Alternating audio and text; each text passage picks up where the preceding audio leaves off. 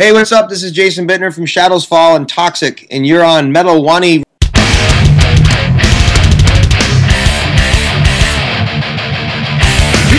never give the power to the powerless. Mr. Jason Bittner, how are you doing? Good, how you doing? I'm doing great. How's it going? You're back from NAMM. Fucking exhausting. There are so many drummers out there, who attended NAMM, and unfortunately I couldn't come this time, but it would have been awesome, don't you think so? It's a great time. I look forward to it every single year.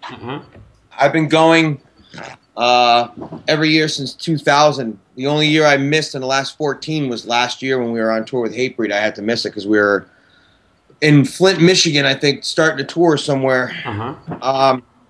So it was really great to get back this year and reconnect with people and just see everybody and just, be involved in the business and see what's going on from the beginning of the year for next year. So it was a good time. Oh, that's wonderful. Now, I would like to start on a very simple note. And how would Jason Bittner describe his drum sound? My drum sound? Yes. Good question. Thank you. I don't really know how I describe my drum sound pretty much. I've never really been asked that question. I know what I'd like my ideal drum sound to sound like, so I can tell you that. I'm still, to be honest with you, man, I'm still really searching for my actual sound. Perfect sound. Exactly. As far as kick drums, I like the bass drum to be nice and punchy with low end and a little bit of top end click or attack, but I don't like a full on triggered sound. I know it's kind of hard to not have that in modern music nowadays, especially with metal. The way the bass drums are in metal and frequencies and everything else, you need to have that in your mix in order to be heard, in order for the bass drums to be articulate and to not get covered by bass guitar and stuff like that. True. But I really don't like them, where it sounds like you're, I don't know, I'm going to give you an example of my key hitting my glass tabletop. All right. I don't want it to sound like that. You know what I mean? Yep. You need to have some sort of substance with that as well. And I've even noticed on some of my own past records that sometimes it's been a little bit more processed than I'd like. But sometimes you're up to the engineers and the mixer's hands, and it's out of your hands after you've tracked the tracks. But anyways, I'm getting off the subject a little bit. Okay. Toms, I really like to have the toms nice and open and boomy. And my snare drum, I don't like it high-pitched where it's a high-pitched ring, but I do like a high-pitched, loud snare sound. I'm more so for the, a tighter pitched snare drum. I want the notes to be heard. I want the ghost notes to be heard. I've generally been recording with a 6.5-inch snare drum for most of my career. But in the last number of years, I've moved to a 5. And especially with the move to Pearl, I'm using a 5-inch reference snare now instead of, I used to be using a 6.5-inch bell brass by Thomas. So it's definitely a different snare sound that I'm after now, and I really like, what's going on with my drums and what I have going on now. Right. That 5-inch reference snare drum is just basically the best snare drum I've ever played. So even my sounds are still evolving as we speak. But it's kind of funny that you bring up the drum sound thing, because right now I'm mixing. Well, I'm not mixing. We're mixing. We're mixing and producing and trying to get done the Toxic record, and I've just had a conversation a few weeks ago with Tom Morris at Morris Sound Studios in Florida, because he's producing and mixing the record. He's like, well, what do you want what's your ideal drum sound? And I was like, well, that's a good question. I don't even know. So it's just, I started sending him, just sound examples of the things that I've liked over the years from other drummers. Like, for me, Neil Peart's kick and snare sound on Exit Stage Left is still some of the best bass and snare drum sound that I've ever heard in my life. I agree with that. I love his drum sound on that record so much, and so I'm just literally sending. He's like, so Tom's like, well, send me, stuff that you've done and things that sounds that you like, and I'm like going through all my stuff, and not that I don't like the sounds that I've recorded in the past. Obviously, I've sent them, I sent him a couple Shad tunes from various albums, sent him a Burning Human song. Oh, pick this, this from this from that record. Right. But I'm sending him more, here. I'm sending all these Rush albums. This is what I hear in my head. It's like I want this bass and snare drum sound, and I'm sending them like, an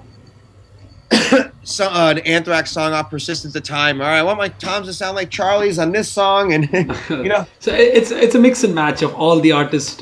Probably a tom belongs to, let's say, Charlie Benante. So a snare drum of Dave Lombardo, etc., etc. So it goes like that.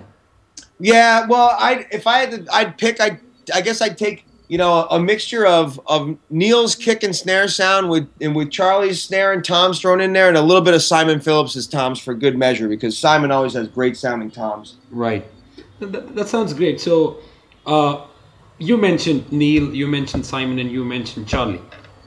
But what was your first reaction when you heard Dave Lombardo's drum lines on early Slayer albums, Rain and Blood? Well, at that point, yes. Okay, let me tell you how the whole double kick thing evolved for me. Like, at least as far as like the thrash guys go. Okay, right. Like in 1985, the first guy I heard about was Lars Ulrich. My friend gave me this tape. He's like, you got to check this tape out. I go, what the hell's Metallica?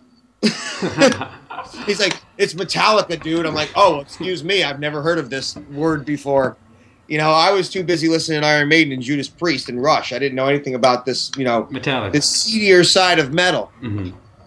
So I was into Metallica, and at that point I was, striving to play Fight Fire with Fire. That was the fastest thing I had heard at that point. Right. And then there was a friend of mine who goes, oh, no, dude, there's this other band, man. This band from California, they're called Slayer. I'm like, oh, yeah? And he had Show No Mercy at the time.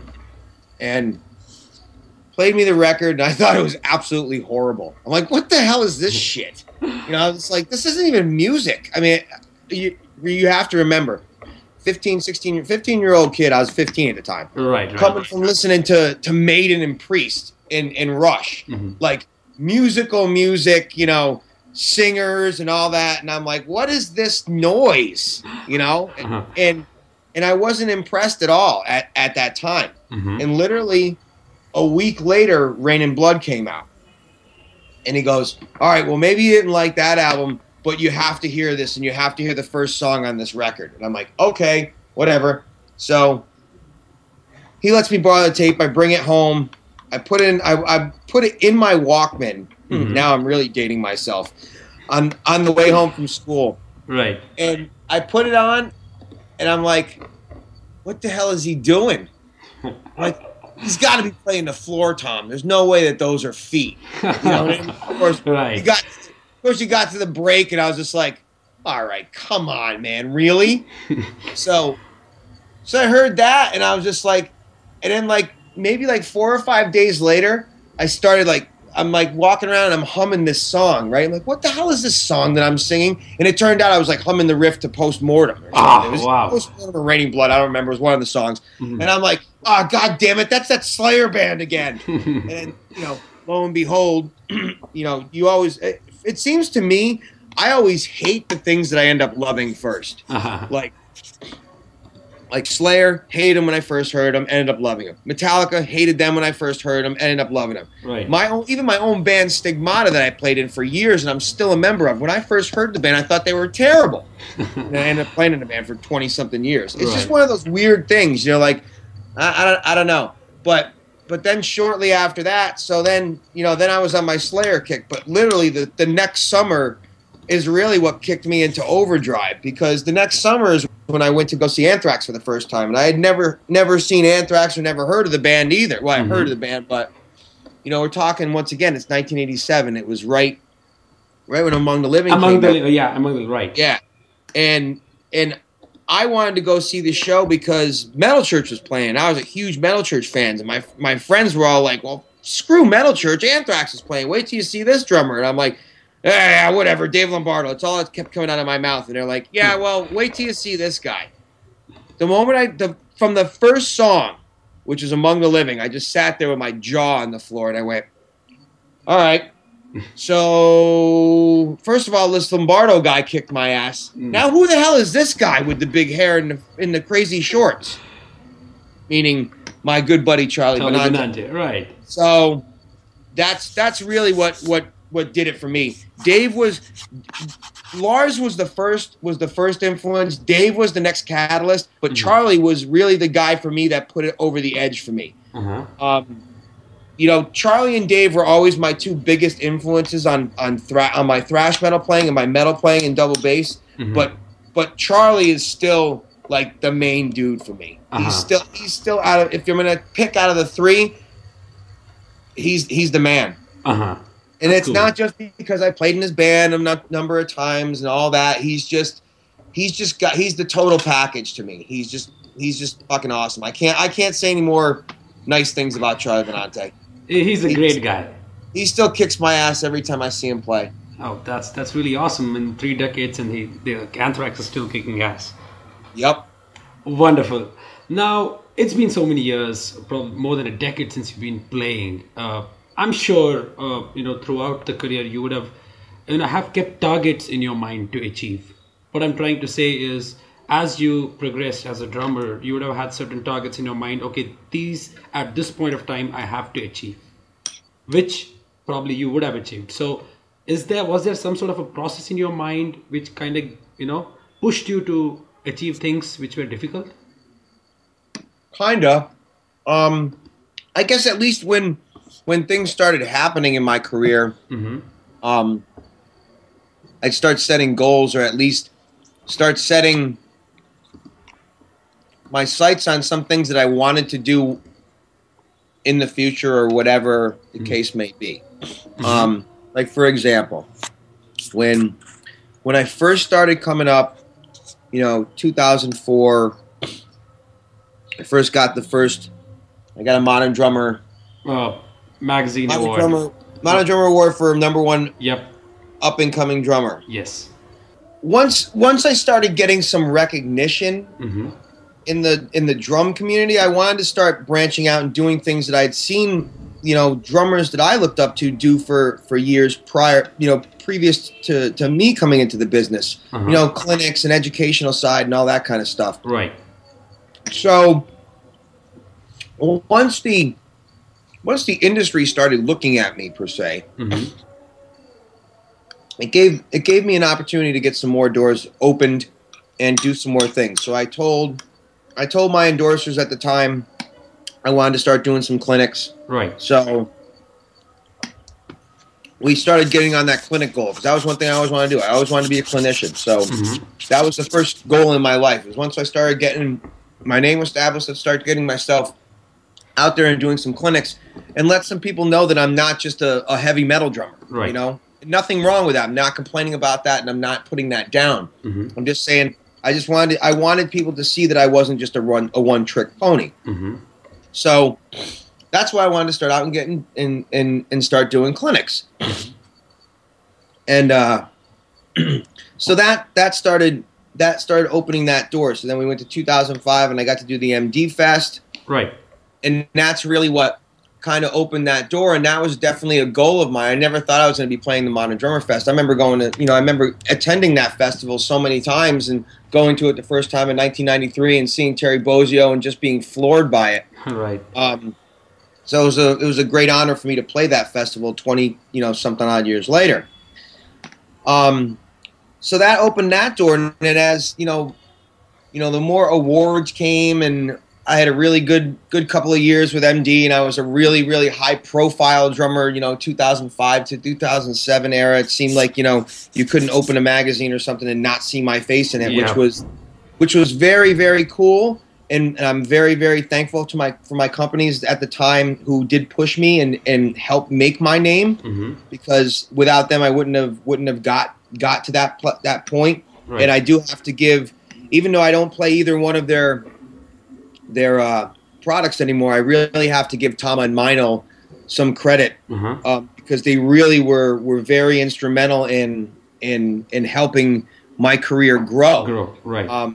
I mean, yes, I play Pearl and Zildjian now, and and we're not going to get into any of that. I'm very happy with the equipment that I play right now. My sound is about as best as it's ever been in my life. Yep. So that tells you another thing, that the gear that I play right now is helping me achieve all the sounds I'm hearing in my head. But that's cool. I just want to give some props out to my former companies, because I know that without their support I wouldn't have gotten to that level. True. So anyways, but there was almost a double-edged sword, because once you start getting all that recognition, all that ad time and face time, it almost becomes detrimental, because when you get the other artists on the roster that either say, oh, well, how come I'm not in the ad? And this is the 4th Jason Bittner ad I've seen this year. What the hell's the deal? People start getting jealous and things like that. And I know, because I've been in the same boat on the opposite side. So there's a thing of being exposed, and there's also a thing of being overexposed. Right, and that's true. And I didn't want it to be. I've really kind of not been in, like, at least Modern Drummer. I haven't really been featured in Modern Drummer, or really been in Modern Drummer in the last 2 or 3 years, which I kind of. I don't complain about that. I kind of like that fact, because it's great to get advertisement, and it's great to be in the public eye. Absolutely. But it also makes me feel a little weird sometimes when I go, like, perfect example, go to NAMM or something, I see people, geez, I see in the magazines all the time. All right, yeah. How are you saying that to me? Is that like, are you talking that down, or are you, saying that in a friendly way? It's kind of weird. Right. I understand. I mean, there's just so many great drummers. We all need to have coverage. So getting back to it, as the star climbed, let's say, it gave me opportunity to do more things. So one of the things that I wanted to do was do an instructional video. That's something I wanted to do for years. My own actual full-on one. I know we did the MD thing, but that wasn't really a full-on instructional video. So that was one of the goals I aspired to. That was something I was able to do. I wanted to do a book, so we were able to do the Drumming Out of the Shadows book. Now I'm still in the process of writing a new book, instructional DVD, something. I don't know what I'm going to do yet. It's either going to be a DVD or a book or something. I'm still in the process to make that all happen.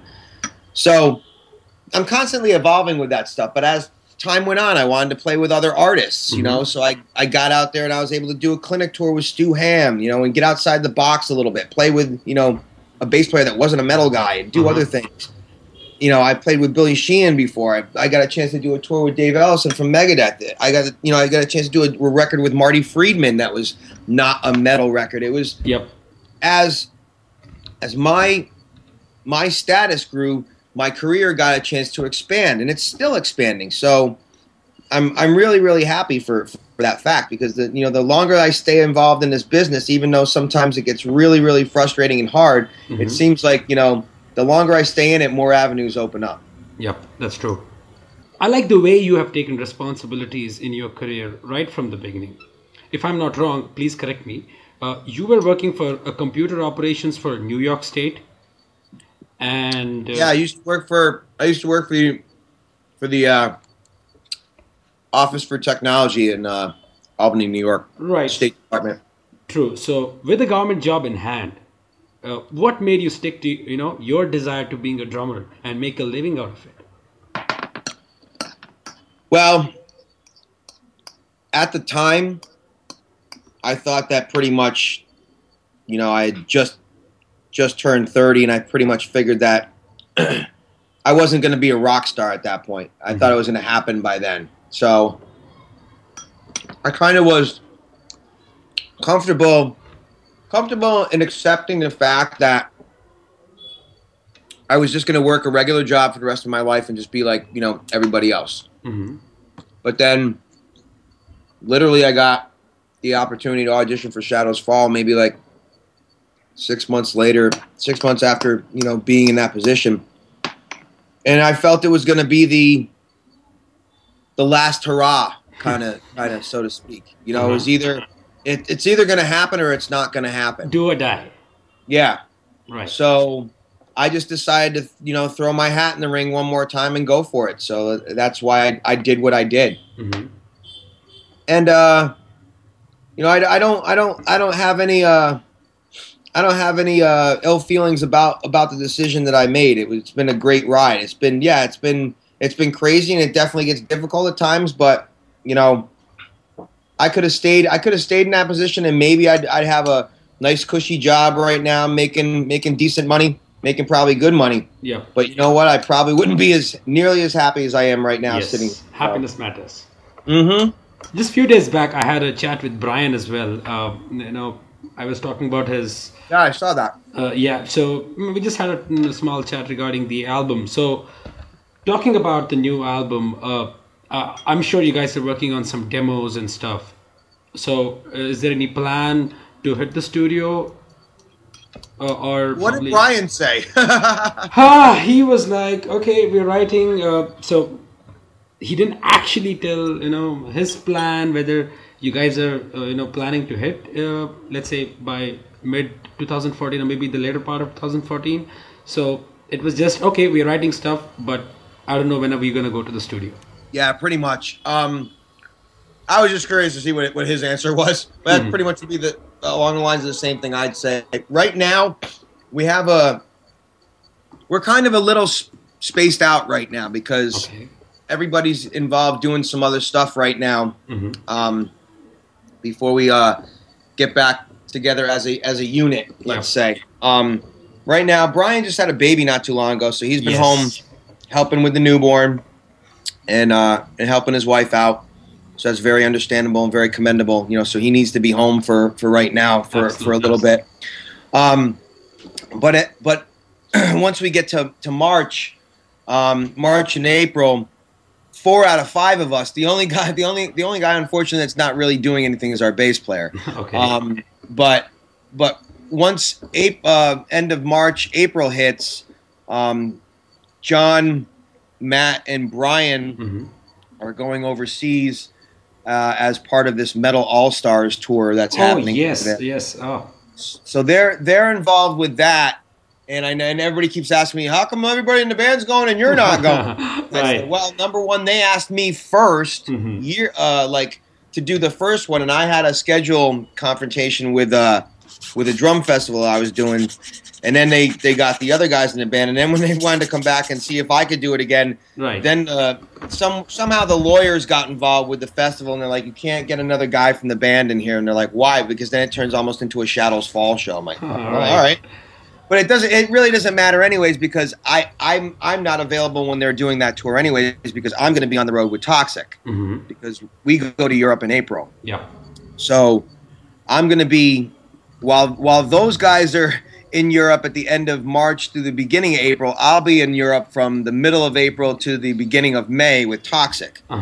So once I get back from that tour, I have a week of dates with Stigmata right after that, and then I go on a clinic tour in Canada at the end of May or early June. So that puts us at June, mid-June. We're already working on some demos, so we are working on riffs and stuff in our spare time. Everybody's just, you know, sending the files back and forth. But right now, we're unclear of what John's schedule is going to be like because he's got the Anthrax commitment. Yes. So right now, we're just trying to get it together to get on the same page when we can. So, as I said, since our schedules are all up in the air, we started the writing process so at least we can start passing some ideas around and getting on the same page. Right. And as soon as we get back from, you know, the chaos, we'll start hashing these songs out. Right now, we're trying to plan a tour for the end of the fall. Well, not the end of the fall, the end of the summer. Actually, we're putting together something with Unearth. It's looking like, And I don't want to go into the details of it right now because it's going to be something really special for both bands, and I don't want to spoil it. And is it the 10th anniversary of the War Within album? Because it could be, because this year does mark the anniversary, isn't it? It could be. Mm-hmm. So Let's just say it could be the anniversary of that, and it could be an anniversary of an Unearthed 10-year record as well. It might be an anniversary tour that goes to Europe and here. So that's what we're trying to get going right now. Sounds great. Let's get back to you. Now you're aware of the fact that these days musicians are quitting the band they once formed. That's due to the financial issues. So there are just few who are managing both the band as well as a day job. So how does Jason Bittner perceive this? How do I survive? I mean, yeah, you can say that. How do you survive? Because it's getting very difficult. Music. I'm wondering the same thing myself. It gets harder every year. And every year that we're, let's face it, we're not a band. We're not a band that sits back and collects royalty checks. Right. That doesn't happen. Number one, those days are almost over in this business. And number two, we've never sold enough records to achieve that, unfortunately. We've never been a multi-platinum million selling bands. Yeah, we've sold 1 million records, but that's our catalog combined. Right. So, which is still a cool feat, but you know what I'm saying. If we're not out there working, there's no money coming in.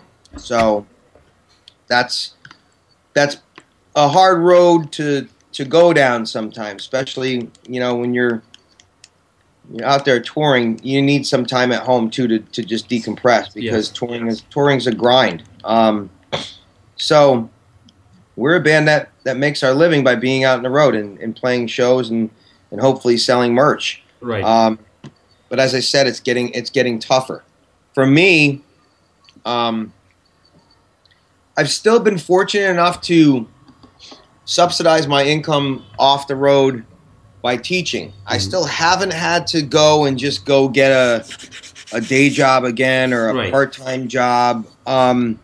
It seems like as it goes on, though, I may be heading towards part-time job phase just to make my life a little easier. But I'm not sure yet. I still haven't crossed into that territory yet. As I said, I'm still managing to stay afloat and keep my bills paid with doing nothing but either drumming or doing sessions or doing lessons, and that's the way I'd like to keep it. But I'm not stubborn too. I'm not going to spend my savings just to live. Right. So, I'm a survivor type person. If I have to take a job in order to pay my bills and I'm off the road, that's what I have to do. I'm not above that, and it doesn't matter to me. Whatever I have to do to survive. That's true. So that's pretty much informs me how the daily life, because it's difficult for everyone, whether forget about the platinum selling bands, for them it doesn't matter, but these days piracy, a lot of things have. It's really hard. That's why you see a lot of bands touring more and more and more now. Yes, that's true.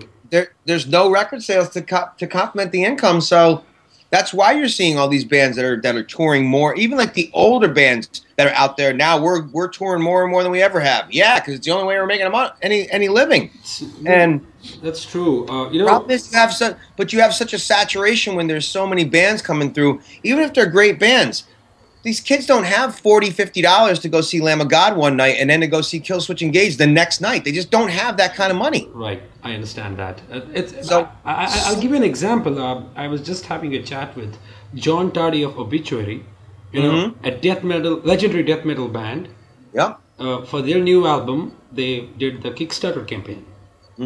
So just imagine, a legendary band, to make sure they record an album. You want to know? Not for nothing, no, because I know the ins with the Obituary deal. They made out better doing a Kickstarter campaign than they did going with a label. Absolutely. That's why they did that, because they got some offers from some labels and they actually had a better shot doing Kickstarter than taking a deal. Because nowadays, this is the thing. Yes, they're Obituary and they're a legendary band. And of course a label's going to give them a deal.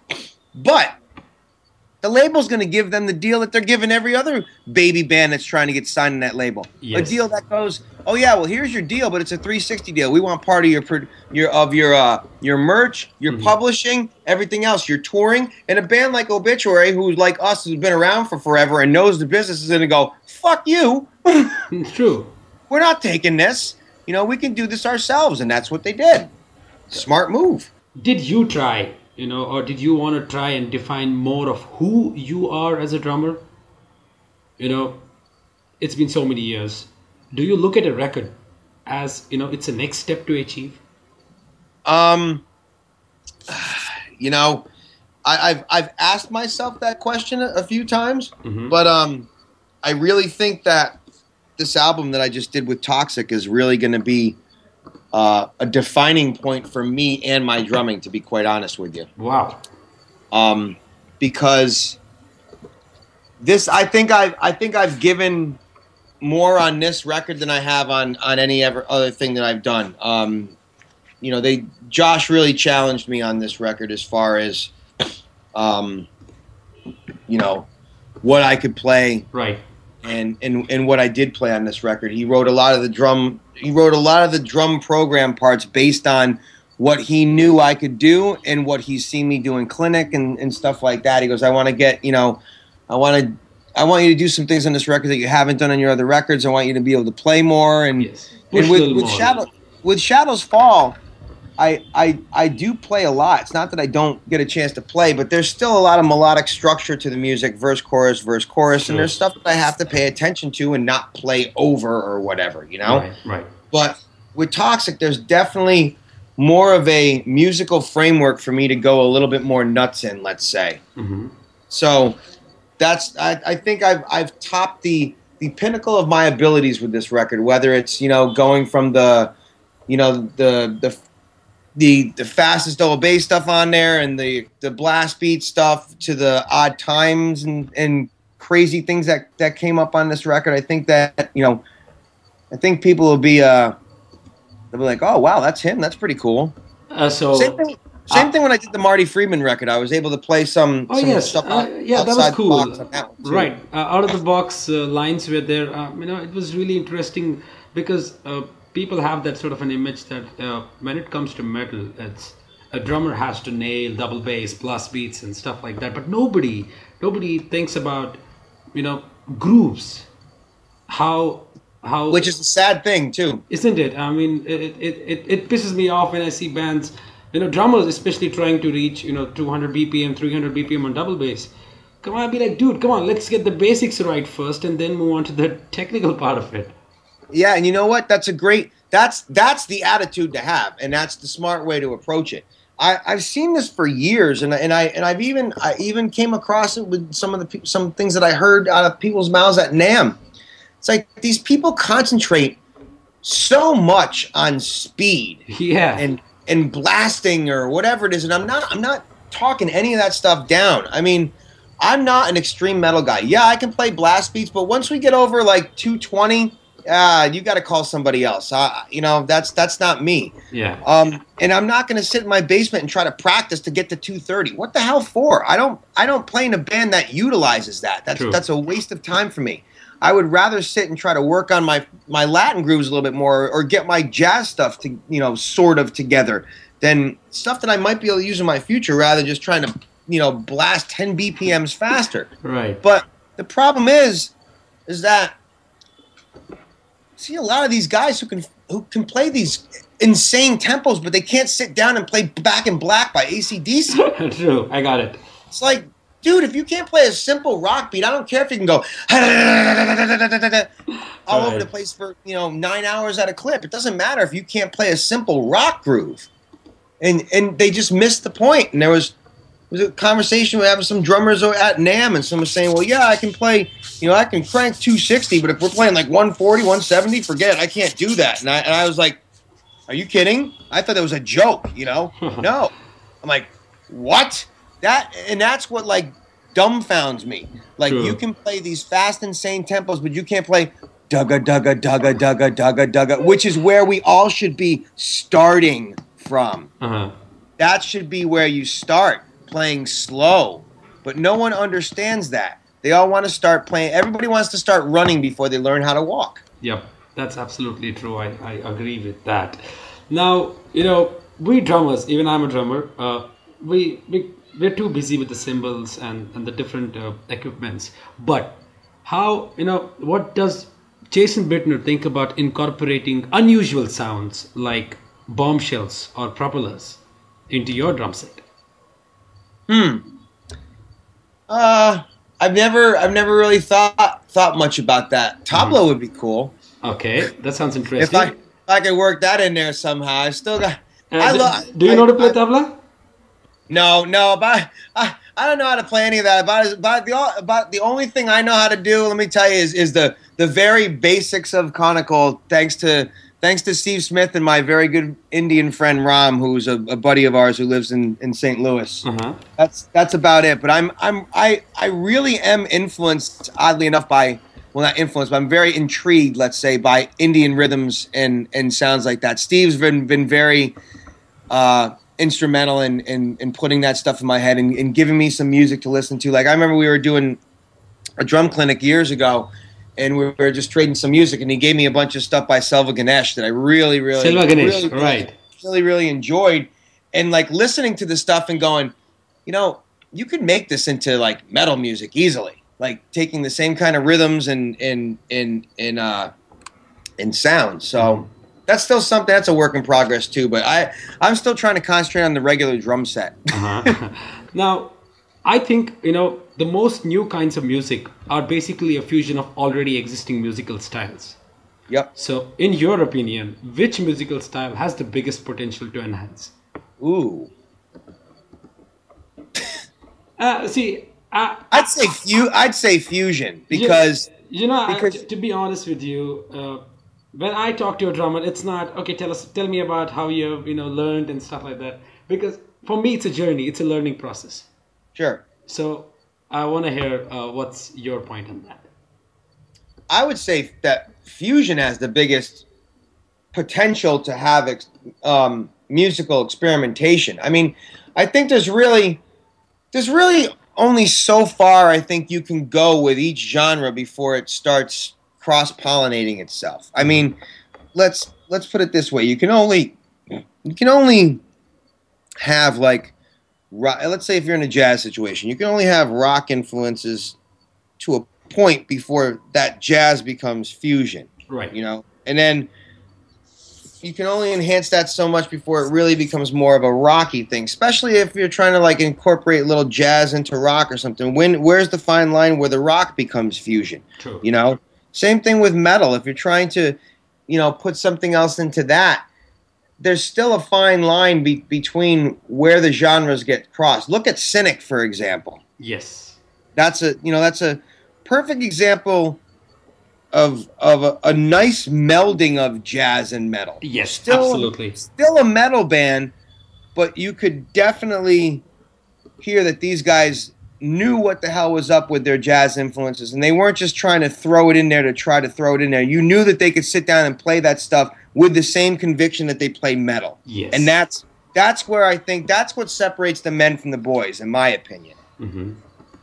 That's cool. So this brings me to the question: did you hear their new singles? No, not yet. I actually just saw Sean at NAMM, and he's supposed to send me the stuff. I've not heard it yet, though. Oh, cool. Paul and Sean, they always surprise us. So. Oh yeah, they're just great. Cool. Well, that sounds great. So, is there any other artist which you are currently working with, or let's say you have anybody in mind that you would like to work in the future? I'm just kind of keeping my hat out there and keeping all the irons in the fire and seeing what comes up next. I have some plans for next year as far as the bands go, and had a couple things happen at NAMM. I might actually be hooking up with and doing some touring with some other different artists next year, but I don't want to talk anything about that until it actually comes to fruition. I'd hate for me to say this might happen and it doesn't happen. So I'm just going to say there may be a chance of me doing something cool next year. That's wonderful. So probably 2014 is completely jam-packed for you. Not yet, but it's getting there. So it's a good feeling, because I was starting to get worried because 2013 was kind of empty. Well, that's okay. Sometimes you need a break to spend some time with the family, and there are a lot of things, isn't it? No, it was a good thing being home for most of the year. It's just odd for me because I've been nonstop for like the last decade, it seems. So that's completely. I guess I'm just not used to being home and resting. That's the problem. Well, that because at this particular age, we tend to run around here and there, but as we grow, family comes first. Yep. So wonderful. So my final question to you is, you're a very well-versed drummer in the studio, and at the same time, live as well. But do you find your approach to the kit differs between the two? Yes and no.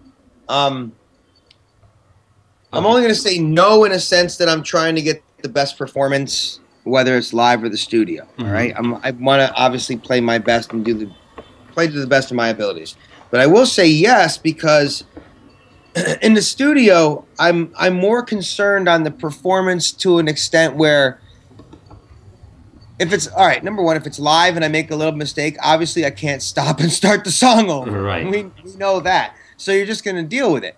But in the studio, obviously, you're meticulous about making sure every note is right. When I'm playing something, if I go, oh, that was a little bag of a fill, but it's not going to be heard as a mistake, I let it go. But if it's something that in my head I don't like, I'm going to change it.